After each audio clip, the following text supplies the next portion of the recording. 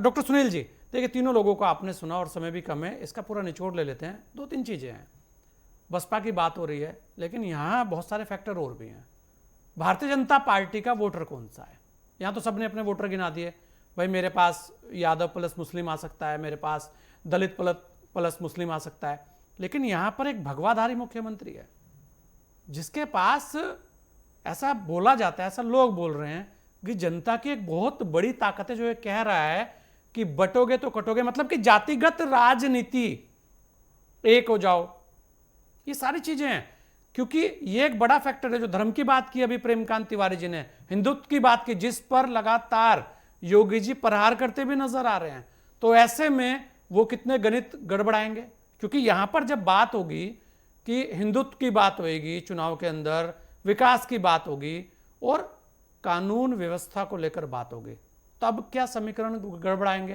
क्योंकि ऐसे बहुत सारी चीजें, हाँ ये जरूर है कि जो बात अभी बोली है प्रेमकांत जी ने कि मायावती जी ने अपने भतीजे को आगे किया, आकाश आनंद को उन्होंने निकाल भी दिया था, अभी दोबारा लेके आई हैं, वो कितना प्रभाव डाल पाएंगे? क्या लगता है डॉक्टर सुनील जी, क्या इसके इतनों के बाद भी भाई कांग्रेस सपा गठबंधन तो एक बहुत बड़ी ताकत बनता है, पीडीए की बात भी होती है, मायावती जी आती है तो दलित प्लस अगर मुस्लिम या सोशल इंजीनियरिंग की बात की है प्रेमकांत जी ने, बड़ी चीज है, वो भी हो सकता है। लेकिन यहां पर एक उससे बड़ा भी इंजीनियर है डॉक्टर सुनील जी। जी। देखिए गोस्वामी जी, समझना पड़ेगा वोटर किसी का नहीं है। हाँ। इसी उत्तर प्रदेश ने 2012 में पूर्ण बहुमत की सरकार बनाई। हम्म।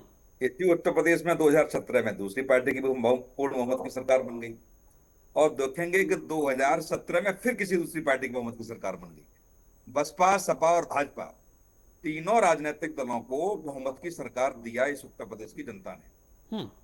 तो ये तो नहीं कह सकते किसी का वोटर है और किसके पास नहीं जाएगा। नहीं, दोबारा रिपीट करा दिया फिर उसी जनता ने, बाकी सबको नकार दिया। तो मैं वही वही आ रहा हूँ कि ये मत कहिए कि जो बसपा के साथ खड़ा था वो सपा के साथ नहीं गया, सपा के साथ था वो भाजपा के साथ नहीं आया। हाँ। आप इसमें देखेंगे, दूसरी बात सबसे महत्वपूर्ण ये है कि 2002 में बसपा को 23% वोट मिला, जी। सीटें मिली 98, और 2017 में इनको मिला 22.5% वोट, हाँ। और 19 पे आके टिक गए, आधा परसेंट वोट कम हुआ और सीटें 98 पे से 19 पे आ गया। जी। और 12% वोट या 2022 में मिलता है 12.88, तो लगभग एक सीट। इसको समझना पड़ेगा ना कि जो हर सीट पर जो व्यवस्थित नहीं कर पाया अपने आप को राजनीतिक दल, निश्चित तौर से वो धराशायी हो गया। 1999 में यदि 11% वोट बसपा को मिलता है लोकसभा के चुनाव में तो 14 सीटें आती हैं। 14 सीटें आती हैं। जी। और 2009 में 6% वोट मिलता है, 21% आती हैं, और 1% कम हो गया, 5% आसपास मिला, 2014 में 0 पर चले गए आप। तो थोड़ा बहुत ज्यादा नहीं है। यदि आप देखेंगे कि 100 में से आपने 2 आदमी इधर से उधर किए, प्रभावित आपने कर लिया, चला गया, तो आपका ग्राफ नीचे गिर गया। हम्म। बसपा को जितना मैं जानता हूं, आप देख, विपक्ष में रह करके उसने राजनीति की नहीं। उत्तर प्रदेश की राजनीति, बिहार की राजनीति एक ऐसी राजनीति है, जब सत्ता पक्ष से विपक्ष में जाता है जो राजनीतिक दल, तो उसका उत्पीड़न स्वाभाविक है। उसके खिलाफ एफआईआर होंगी, उसको परेशान किया जाएगा। तो 2012 में जब सपा की सरकार आई और 2017 में जब गई, तो आप देखेंगे कि ना किस कार्यकर्ता के खिलाफ ज्यादा मुकदमा लगे। 2012 से 17 के बीच आप देखिए, हम्म। यदि हम एफआईआर की चर्चा करें या अंबेडकर की मूर्तियों के टूटने की बात करें हम, तो 2012 तक जहां बसपा की सरकार थी और बसपा सपा की सरकार आती है तो कार्यकर्ताओं का उत्पीड़न हुआ, और बसपा की लीडर आकर के दिल्ली बैठ गई। कभी आपने उत्तर प्रदेश में सड़कों पर उतरने का प्रयास नहीं किया, कार्यकर्ताओं के जहां जाने का प्रयास आपने नहीं किया। जो काशी राम जी ने पृष्ठभूमि अपनाई इस दल को खड़ा करने के लिए, जहां एक एक दरबारे पर गए, एक एक व्यक्ति से मिले, जाकर के उनका दुख दर्द समझा। सत्ता में आने के बाद जब विपक्ष में बसपा चली गई या सत्ता पक्ष में भी रही, तब तो रैलियां की आपने, लेकिन विपक्ष में जो दर्द दुख मिला हम्म। सत्ता पक्ष के द्वारा, वो समझने का आपने प्रयास तो नहीं जब भी तो किया। सुनील जी 12 से और 25, तो वही वही वही एक बड़ा समझिए। समय, तो 27 तक मानिए आप इसे, पुनर्जीवित, 15 साल।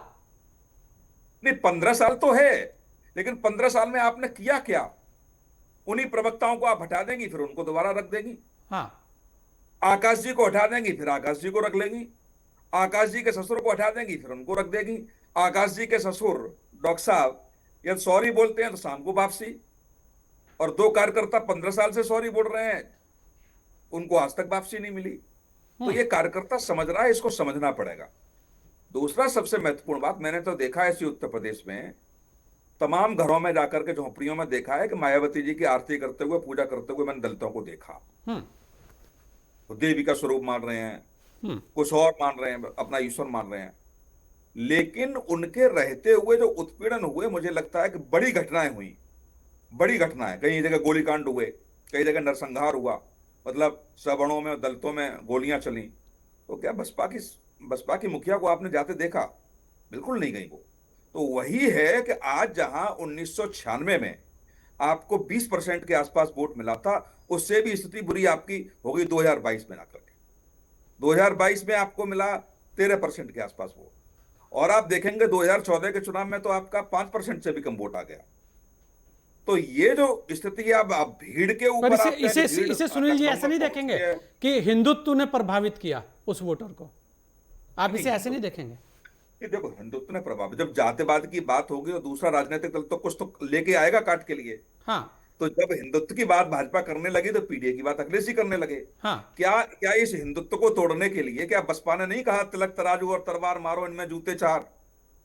तो वहां भी तो जातियों को तोड़ने का काम भी बसपा ने किया, जब बसपा का जन्म हो रहा था उस समय। हाँ। तो ये तो राजनीतिक दल करेगा ही कि जाति की राजनीति करेगा। लेकिन स्थापित होते होते आपने देखा कि 2012 में यदि पूर्ण बहुमत की सरकार आती है तो निश्चित तौर से सोशल इंजीनियरिंग का वाला फॉर्मूला उन्होंने अपनाया, और ये मायावती जी ने समझा कि बिना सवर्णों के सहयोग के हम सत्ता में नहीं आ सकते। लेकिन अखिलेश जी की एक भी जहां सत्ता तक तभी आई। आप दलितों के दर्द को आप देखोगे, कई दलितों से मेरी बात होती है, उन्हें कि उन जिनको देके गाली देके आप सत्ता में आए, जिनका पीढ़ियों से हमारा उत्पीड़न जिन लोगों ने किया, अब आपने कह दिया ब्रह्मा विष्णु महेश है, यही गणेश है। तो अब कैसे हम मान लें? तो जो क्लियर राजनीति जहां बसपा की शुरू में रही थी, निश्चित तौर से मैं मानूं पत्रकार होने के नाते, बाद में आके वो छिन्न भिन्न हो गई। लेकिन इस बार बदलाव दिखता है क्योंकि आकाश आनंद लगातार सक्रिय हैं।